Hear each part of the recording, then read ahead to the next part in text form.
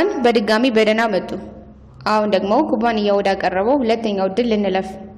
የቢዝነስ እድል። ቢዝነስ ለእናንተ ምንድን ነው?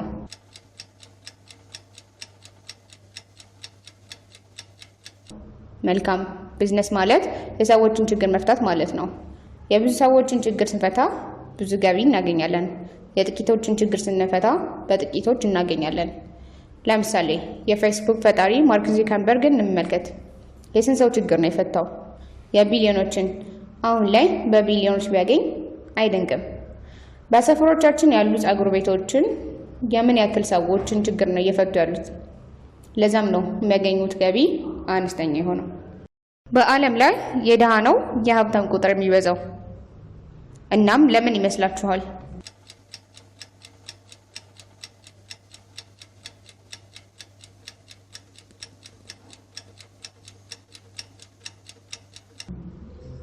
ጥሩ፣ የራሳችሁ ምላሽ እንዳሰባችሁ እናምናለን። በዚህ ጥያቄ ላይ በደንብ ጥናት ሰርቶ ያወጣ ትልቅ አሜሪካዊ ጸሐፊ አለ። ሮበርት ኪዮሳኪ ይባላል። የታዋቂው መጽሐፍ ሪች ዳድ ኤንድ ፑር ዳድ ጸሐፊ ነው። ሮበርት ኪዮሳኪ በጥናቱ እንዳሳየው ሰዎች በትክክል ሰርተው ገቢ የሚያገኙበት 4 አይነት መንገዶች አሉ። የመጀመሪያው ሁላችንም የምናውቀው የቅጥር ህይወት። በቅጥር ህይወት ውስጥ አንድ ሰው ቢያንስ በቀን ለ8 ሰዓት እናም ከዛም በላይ ይሰራል።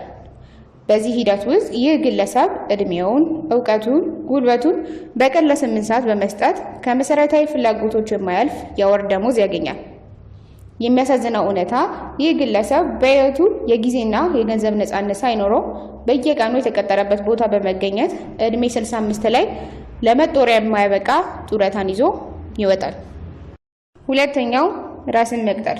በራስ መቅጠር ውስጥ ደግሞ የብቻ ልፋትን ስለሚወስድ የስራ ሰዓት በቀን ከ12 እስከ 16 ሰዓት ህይወት ለማይቀይር ከእጅ ወደ አፍ ሆነ ኑሮ ይሰራል። ራስ ቀጣሪው ግለሰብ የገንዘብና እጅግ በጣም የጊዜ ነፃነት የለውም። አቅሙ፣ ጉልበቱ፣ ስሜቱ፣ ትጋቱ በተዳከመ ጊዜ በትልቁ የመኖርና ያለመኖር ጥያቄ ውስጥ ይገባል። አሜሪካ ላይ የተደረገውን ጥናት እንደሚያሳየው ከሆነ በግል የሚጀመሩ ስራዎች እስከ 5 ዓመት ብቻ ይቆያሉ፣ ከዛም ያቆማሉ።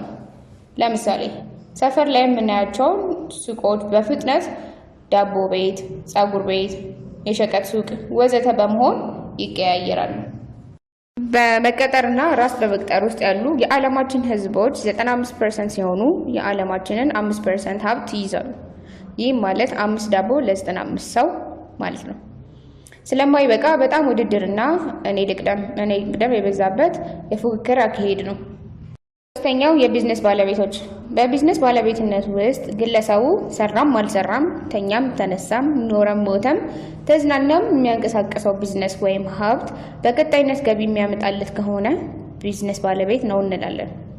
ለምሳሌ ህንፃን ገብቶ የሚያንከራይ፣ መጽሐፍ በተደጋጋሚ ማሳተም፣ ሲስተምን መገንባት ልክ እንደ ራይድ አይነት ሲስተም፣ ወይም ደግሞ ብራንድ ያለው ስም ካለን ያንን በማከራየት ሲስተም መገንባት ይቻላል።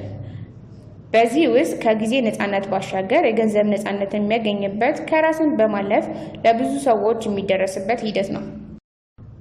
አራተኛው ኢንቨስተር። ገንዘባቸው ገንዘብ የሚገዛ ሰዎች፣ ለምሳሌ የተገነባ ህንፃን የሚገዛ ሰው። ከማብራሪያ እንደምንመለከተው የገንዘብና የጊዜ ነፃነት ያለው ግለሰብ ኢንቨስተር ይባላል። በዚህ እንቅስቃሴ ውስጥ ያሉ የዓለማችን 5% ህዝቦች ሲሆኑ የዓለማችንን ደግሞ 95% ሀብት ይይዛሉ። ይህ ማለት 95 ዳቦ ለ5 ሰው መስጠት ማለት ነው። ነፃነትና የመትረፍረፍ ኑሮ ነው። እናንተ የትኛው ጋር መሆን ትፈልጋላችሁ? ተቀጣሪ፣ ራስ ቀጣሪ፣ የቢዝነስ ባለቤት ወይም ደግሞ ኢንቨስተር? ከምላሻችሁ በፊት አንድ ሂሳብ እንስራ። ለምሳሌ አንድ የ40,500 ደሞዝተኛ የተጠራ 25,000 ብር እጁ ላይ ይገባል። እናም ይህ ግለሰብ ለመሰረታዊ ፍላጎቶቹ ለቤት፣ ለምግብ፣ ለልብስ፣ ለትራንስፖርት ወጪዎች አውጥቶ ስንት ብር ይቆጥባል? 20,000ውን ለፍጆታው ቢያወጣ 5,000 ብር ቢቆጥብ በአንድ ዓመት ውስጥ ይህ ግለሰብ 60,000 ብር ይቆጥባል። በ2 ዓመት ውስጥ 120,000፣ በ3 ዓመት ውስጥ 180፣ በ4 ዓመት ውስጥ 240,000፣ በ5 ዓመት ውስጥ 300,000 ብር ይቆጥባል። በ10 ዓመት ውስጥ 600,000፣ በ20 ዓመት ውስጥ 1.2 ሚሊዮን ብር ይቆጥባል። 1.2 ሚሊዮን ብር በአሁኑ ሰዓት ምን ይሰራል? ይህ ግለሰብ ፈጣሪ እድሜ ሰጥቶት እሱንም ከሄደ ነው። ስለዚህ በህይወታችን የምንወስነው መንገድ፣ የምንመርጠው ምርጫ ነገያችንን ይወስናል። ዛሬ ላይ ቆም ብለን ማጤን መልካም ነው። ምላሻችሁ 5% የዓለማችን ህዝብ ጋር መሆኑን እንደሆነ እርግጠኛ ነኝ። ነገር ግን እንዴት ወደዚህ የዓለም ህዝብ ውስጥ እገባለሁ ብለው ተጨንቀዋል? እንኳን ደስ አለዎት። ይህ ኩባንያ የቢዝነስ ባለቤት የሚሆኑበትን እድል ይሰጡታል። እንዴት? አንድ ሰው ትንሽ ቢዝነስ ሊጀምር ቢል መነሻ ካፒታል ስንት ያወጣል? ነገር ግን በዜሮ መነሻ ነገ ላይ ሰራንም አልሰራንም በቀጣይነት በሚሊዮኖች ብር ማግኘት የምንችልበትና የቢዝነስ ባለቤት የምንሆንበትን እድል ይህ ኩባንያ ይሰጠናል። በምን መልኩ? አንድ ሰው ቢዝነስ ሲያቋቁም 4 መሰረታዊ ነገሮች ያስፈልጉታል። የመጀመሪያው የሰዎችን ችግር የሚፈታበት ምርት ወይም አገልግሎት። ሁለተኛው ትርፍ ሊያገኝበት የሚችለው ዋጋ። ሶስተኛው ምርት ወይም አገልግሎት የሚያቀርብበት ቦታ ያስፈልገዋል። አራተኛው ሰው ያወቀውና የተረዳውን ነገር ነው የሚጠቀመው። ስለዚህ ማስታወቂያ ያስፈልጋል። እነዚህን ነገሮች ስናሟላ ሙሉ ሪስኮችን እንወስዳለን። ማለትም ምርታችንን ካልተሸጠ ሙሉ ኃላፊነትን እንወስዳለን። ከነዚህ መሰረታዊ ነገሮች ውስጥ 3ቱን ይህ ኩባንያ ይሸፍንልናል። አገልግሎት፣ ዋጋና ቦታ። ከእርስዎ ምን ይጠበቃል? ማስታወቂያ። አንድ ሰው የዚህን ኩባንያ ስልጠናዎች ገዝቶ ተጠቅሞ በህይወቱ ለውጥ ካመጣ ለሚያስፈልጋቸው ሰዎች የቃል ማስታወቂያን በመስራት ከትንሽ ገቢ እስከ መካከለኛ ከዛም እስከ ገንዘብና የጊዜ ነፃነት መድረስ ይችላል። ነገር ግን ከዛ በፊት እርስዎ ማስታወቂያ ሰርተው ያውቃሉ? ማስታወቂያ ሰርቼ ያውቃለሁ ብለው ያስባሉ? በእርግጠኝነት ብዙ ሰዎች ማስታወቂያ እንደማይሰሩ ይሰማቸዋል። ነገር ግን ሰዎች በጠቅላላ ተፈጥሯዊ የማስተዋወቅ ክህሎት አለን። የተጠቀምንበትን ምግብ ቤት፣ ጸጉር ቤት፣ መዝናኛ ቦታ፣ መልካም ነገሮች ያገኘንበት ነገሮች በሙሉ ለቤተሰብ፣ ለዘመድ፣ ለምናውቃቸው ሰዎች እናስተዋውቃለን። ይህ ኩባንያ የሰዎችን ተፈጥሯዊ የቃል ማስታወቂያዎችን በመጠቀም አገልግሎቱን ወይም ስልጠናዎችን ይሸጣል። ይህም ማለት ኩባንያው የቲቪ፣ የራዲዮ፣ የጋዜጣ፣ ሌሎች ማስታወቂያዎችን አይጠቀምም። ለምን? አንደኛ ቲቪ ላይ የሚታወቁ ማስታወቂያዎች ከእውነት በላይ ግነት የበዛበት ስለሚሆን የጠበቅነውን ላናገኝ እንችላለን።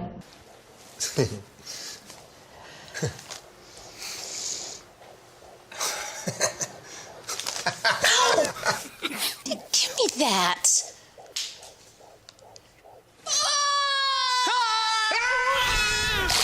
ሁለተኛ ምርቱን ወይም አገልግሎቱን ያልተጠቀሙ ሰዎች ያስተዋውቁታል። ሶስተኛ ለምሳሌ ውሃን ቲቪ ላይ ብናሳይ ሰው ውሃ መጠጣት እንዳለበት በቅጽበት ይረዳል። ነገር ግን ይህንን የስልጠና ጥቅሎች ማብራሪያ ቢሰጥ ረዘም ያለ ሰዓት ስለሚወስድ ይህ ኩባንያ ለቲቪ፣ ለሬዲዮ፣ ለጋዜጣ የሚያወጣውን ወጪ ከቨር ማድረግ አይችልም። በተጨማሪም ሰዎች ከቲቪ ማስታወቂያ የበለጠ ቤተሰቦቻቸውን ስለሚያምኑ በቲቪ ከሚያዩት ምርት ይልቅ ቤተሰብ፣ ጓደኛ ወይም የተጠቀመው ሰው የጠቀሟቸውን ምርቶች የመግዛት እድል አላቸው። ስለዚህ የሰዎችን ተፈጥሯዊ የቃል ማስታወቂያ በመጠቀም ነው የሚሸጠው። ይህንን ተፈጥሯዊ ክህሎታችንን ወደ ቢዝነስ የምንቀይርበት ትልቅ ዓለም አቀፋዊ ኢንዱስትሪ የቀጥተኛ ሽያጭ ኢንዱስትሪ ይባላል። ይህ ኢንዱስትሪ የቃል ማስታወቂያን በመጠቀም የተለያዩ ምርቶችና አገልግሎቶችን የተለያዩ ኩባንያዎች ወደ ተጠቃሚዎቻቸው በቀጥታ የሚያደርሱበት ግዙፍ ኢንዱስትሪ ነው። በዓለም ላይ ከ100 ዓመት በላይ የቆየ ከ5000 በላይ ኩባንያዎች የሚሳተፉበትና በዓለም ላይ ብዙ ግለሰቦችን ከምንም ተነስተው ሚሊዮነር እንዲሆኑ ያደረገ ኢንዱስትሪ ነው። ይህም ኩባንያ ይህን ኢንዱስትሪ በመጠቀም ሰዎች የቃል ማስታወቂያዎችን በመስራት ከሽያጮቻቸው ላይ ትልልቅ ገቢዎችን ማግኘት እንዲችሉ፣ የዓለም አቀፍ ጉዞ እንዲጓዙ እንዲሁም የመኪና ሽልማቶችን በተለያዩ ዙሮች ይሸልማል። በተጨማሪም ከዓለም አቀፍ ሽያጭ ላይ ትርፍ ተከፋይ የመሆን እድል ይሰጣል። ይህ ኩባንያ 2012 ዓ.ም ታህሳስ ወር ላይ በ19.6 ሚሊዮን ብር ካፒታል ህጋዊ ንግድ ፍቃዱን በማውጣት የተቋቋመ አክሲዮን ማህበር ሲሆን አሁን ላይ ከ400 በላይ ባለ አክሲዮኖች ኖረውት የሚንቀሳቀስና ለሀገር ጠቃሚ የሆነ ትውልድን በስልጠና በማፍራት እንዲሁም በሚሊዮኖች የሚቆጠሩ ብር ግብር በመክፈል ትልቅ አስተዋጽኦ በማበርከት ላይ ያለ ሀገር በቀል ድርጅት ነው። በተጨማሪም ከአእምሮ ንብረት ጽሕፈት ቤት በኦዲዮ ቨርቹዋል ዘርፍ ለስልጠናዎቹ ፓተንት ራይት ማግኘት የቻለ ሲሆን በአገሪቷ ውስጥ ላሉ ትላልቅ አመራሮች፣ የፓርላማ አባላትና የመንግስት ባለስልጣናት የግል ስብዕና እድገት ማዳበሪያ ስልጠናዎችን በማሰልጠን ሀገራዊ ኃላፊነቱን በመወጣት ላይ ይገኛል። ጠቃሚ የሆነ ዘርፍ ላይ በመሰማራት ፈጣን እድገት በማስመዝገብ ላይ የሚገኘው ይህ ኩባንያ ዋና ቢሮውን ቦሌ አለምነሽ ፕላዛ በማድረግ የማሰልጠኛ ቢሮዎችን ደግሞ ቦሌ፣ መገናኛ እንዲሁም አዳማ ላይ ከፈተ ሲሆን ዓለም አቀፋዊ ተደራሽነቱን ለማስፋት ደግሞ በእስራኤል፣ በደቡብ ሱዳን እና በካናዳ ላይ ቢሮዎችን ከፍቷል። ከዚህ ኩባንያ ጋር የሼር ባለቤት ሆነን የምንጠቀምበት እንዲሁም ስልጠናዎችን በመጠቀም የራሳችንን ትልቅ ቢዝነስ የምንገነባበት እድል ተመቻችቶልናል። በምን አይነት መልኩ እድሉን ልጠቀም የሚለውን መረጃውን እንዲያገኙ ከጋበዟቸው ሰዎች ጋር መወያየት ይቻላል። ህይወት ምርጫ ናት። መልካም የስኬት ዘመን።